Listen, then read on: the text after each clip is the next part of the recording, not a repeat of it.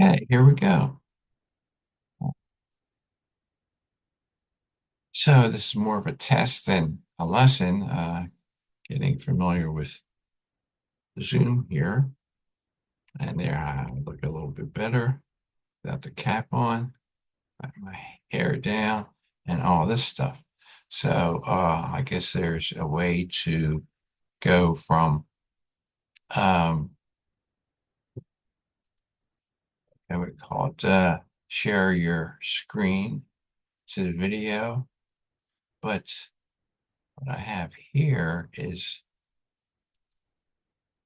integrated video settings, blah, blah, blah. Just your video filter, just background filter and effects. Okay, this would be for YouTube video. I'd like to make a channel. I am a tutor on Cambly.com and come and see me. My name is Craig, and one way to attract students is to put up sample videos on YouTube. So, okay, now with that in mind, let me go to what I have right here on phrasal verbs. Okay, so now, how about we use with come after? Okay, that means to chase someone, to search for someone, one in order to punish them. He saw us picking his apples, and he came after us with a stick. How about come along? To arrive at a place. Example sentence. We needed someone who knows about first aid, and Claire came along at just the right moment. Another sentence. We're going to the party now, and Jane and Craig are coming along later. I waited 25 minutes for a bus, and then three came along at the same time. So also keep in mind that all phrasal verbs can be used in past, present, or future tense. So with come along, for example, you have came along, or future tense will come along. So, okay, I hope you get the hang of it. Uh, crease up. Crease up, to laugh a lot, to make someone laugh a lot. It's something about his manner. He just creases me up. Now, this is one word that's not very commonly used. There is differences in usage of phrasal verbs between the British and the Australian, American, ever. And as native speakers of English, as a child and even into school, we are not specifically taught phrasal verbs. In other words, when you were 6 years old, your mother did not say, this is a phrasal verb, blah, blah, blah, blah, blah, blah. Or in the fifth grade, the teacher didn't say, okay, we'll have a study on phrasal verbs. It's just like we absorb it, we hear it, we figure it out. And even though we don't even know the grammatical meaning of it, we know how to use it. It's only many years later that people hear about the grammar of phrasal verbs. In fact, I would say most people today, English speakers, don't even know what a phrasal verb is, but they use it and they understand it as part of their language. Now, do you have phrasal verbs in your language? What are they? Are there many of them? If you don't know, I would suggest do a search online and see if you could find out more information.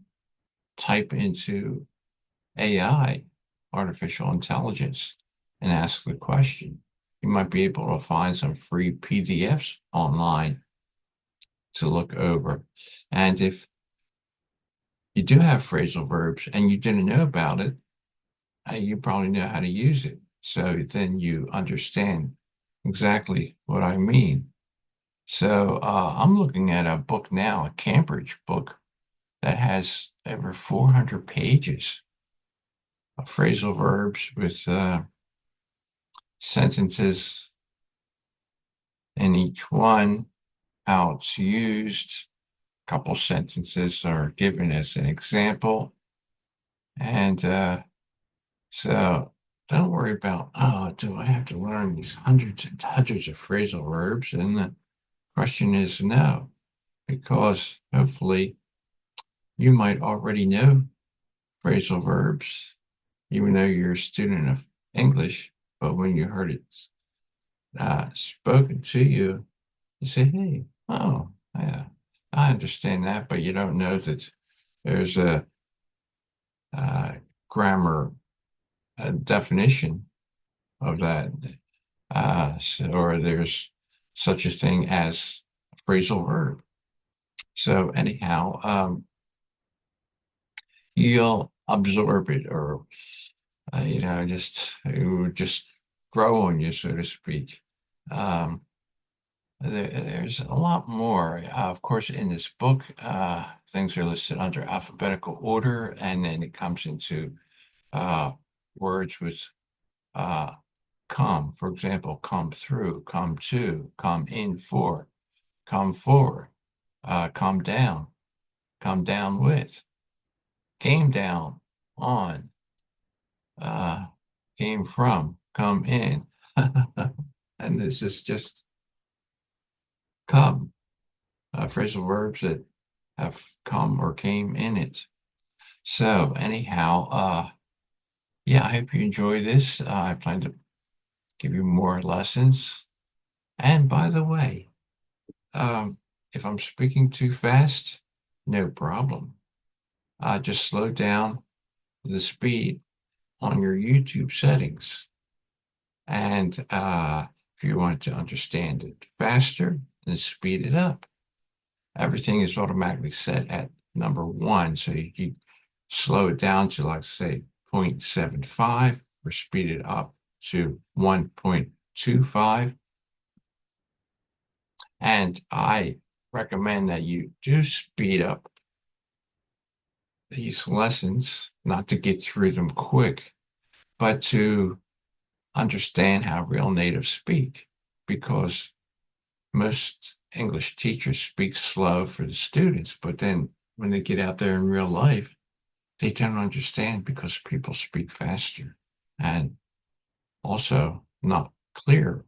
So, just like in your own language, you know that you speak faster than at the speed of which I'm speaking. And then especially, some people are naturally fast speakers and others when they get through the information real quick. But in general, people speak faster than what I'm speaking to you right now, because I don't know you. I don't know if you're a beginner, intermediate, advanced. And this is at a speed where a beginner would understand, at least what they call A2.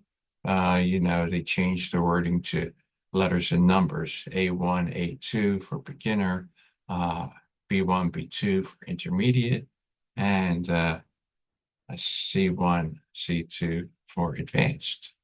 So anyhow, that's and this lesson is, like I said, this is a test. I just want to see how things go up. Oh, by the way, I want to see if you can see this. All right.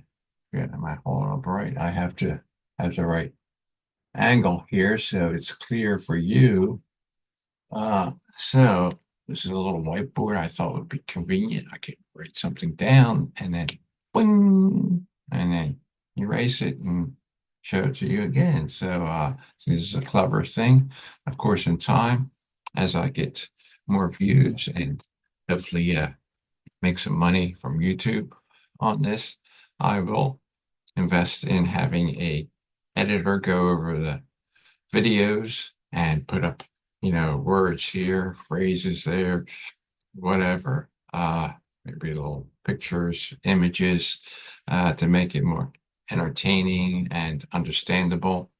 So that would take, an editor and maybe someone knows about graphic arts. I don't know, but like I said, it's better to start out with just something plain and simple. 'Cause after all, if you were meeting me in a classroom, that's all it would be. I mean, I wouldn't have things flash up on the screen to my left and to my right, and an animal running across the screen.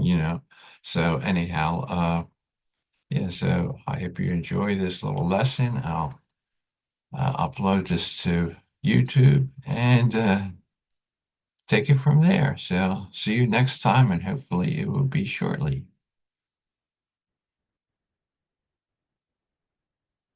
Okay, stop.